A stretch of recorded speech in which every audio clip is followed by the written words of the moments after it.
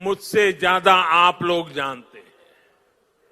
अब चाहे जनजाति को घर और शौचालय जैसी मूल सुविधाओं से जोड़ा जा रहा है, चाहे जनजाति के अनेक परिवारों को भी जमीन का कानूनी अधिकार मिला है, चाहे जनजाति के बच्चों की शिक्षा, स्वास्थ्य और रोजगार की सुविधाओं पर ध्यान दिया जा रहा है।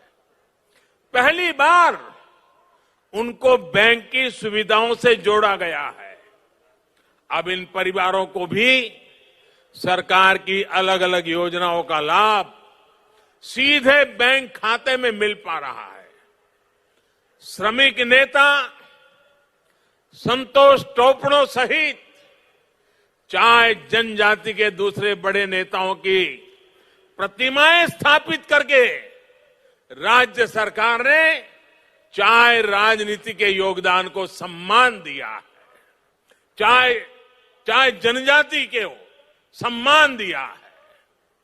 साथियों, असम के हर क्षेत्र की, हर जनजाति को साथ लेकर चलने की इसी नीति से आज असम शांति और प्रगति के मार्ग पर चल पड़ा है। ऐतिहासिक बोडो समझौते से अब असम का एक बहुत बड़ा हिस्सा शांति और विकास के मार्ग पर लौट आया है। समझौते के बाद हाल में बोडोलैंड टेरिटोरियल काउंसिल के पहले चुनाव हुए, प्रतिनिधि चुने गए। मुझे विश्वास है कि अब बोडो टेरिटोरियल काउंसिल विकास और विश्वास के नए प्रतिमान स्थापित करेगी। भाइयों और बहनों, आज हमारी सरकार असम की जरूरतों की पहचान करके हर जरूरी प्रोजेक्ट पर तेजी से काम कर रही है। बीते 6 सालों से असम सहित पूरे नॉर्थ ईस्ट की कनेक्टिविटी और दूसरे इंफ्रास्ट्रक्चर का अभूतपूर्व विस्तार भी हो रहा है, आधुनिक भी हो रहा है। आज असम और नॉर्थ ईस्ट भारत की एक्ट ईस्ट पॉलिसी पूर्वी एशियाई देशों के साथ हमारा कनेक्ट बढ़ा रही है। बेहतर इंफ्रास्ट्रक्चर के कारण ही असम आत्मनिर्भर भारत के एक महत्वपूर्ण सेक्टर के रूप में विकसित हो रहा है। बीते सालों में असम के गांवों में करीब 11,000 किलोमीटर सड़कें बनाई गई है।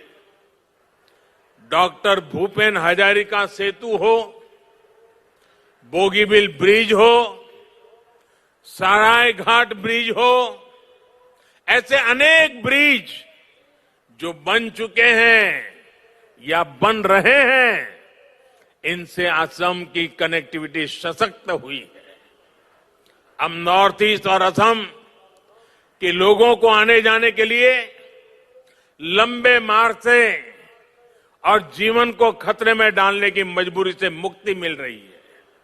इसके अलावा जल मार्गों से बांग्लादेश, नेपाल, भूटान और म्यांमार के साथ कनेक्टिविटी पर भी फोकस किया जा रहा है।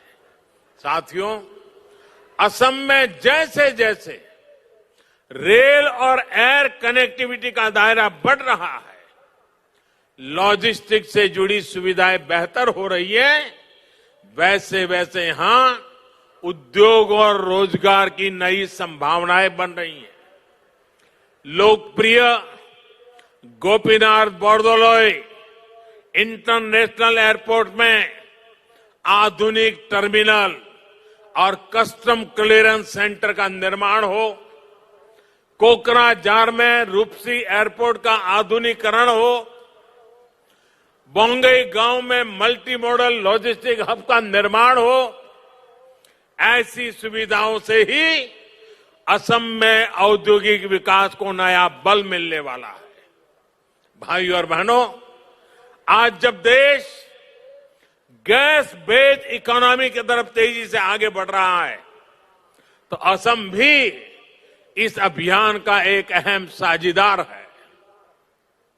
असम में तेल और गैस से जुड़े इंफ्रास्ट्रक्चर पर बीते वर्षों में 40,000 करोड़ रुपए से अधिक का निवेश किया गया है। गुवाहाटी बरौनी गैस पाइपलाइन से नॉर्थ ईस्ट और पूर्वी भारत की गैस कनेक्टिविटी मजबूत होने वाली है और असम में रोजगार के नए अवसर बनने वाले हैं। नुमालीगढ़ रिफाइनरी का विस्तारीकरण करने के साथ साथ वहां अब बायो रिफाइनरी की सुविधा भी जोड़ी गई है। इससे तेल और गैस के साथ साथ असम इथेनॉल जैसा बायोफ्यूल बनाने वाला देश का मुख्य राज्य बनने वाला है।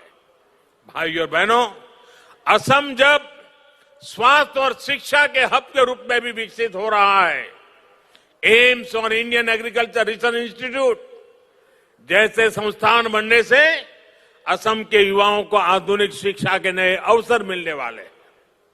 जिस तरह से असम ने कोरोना महामारी को हैंडल किया है वो भी प्रशंसनीय है।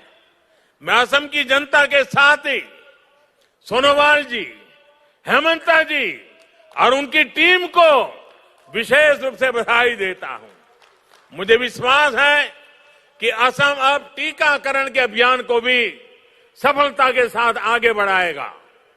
मेरा असम वासियों से भी आग्रह है कि कोरोना टीकाकरण के लिए जिसकी बारी आए वो टीके जरूर लगवाएं और ये भी याद रखें कि टीके की एक डोज नहीं, दो डोज लगनी जरूरी है। साथियों, पूरी दुनिया में भारत में बने टीके की डिमांड हो रही है।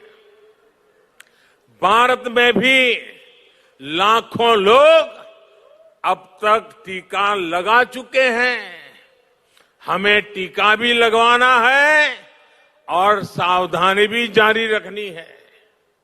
अंत में फिर एक बार उन सभी साथियों को बहुत बहुत बधाई जिनको भूमि का अधिकार मिला है। आप सब स्वस्थ रहें, आप सब प्रगति करें, इसी कामना के साथ आपका बहुत बहुत आभार।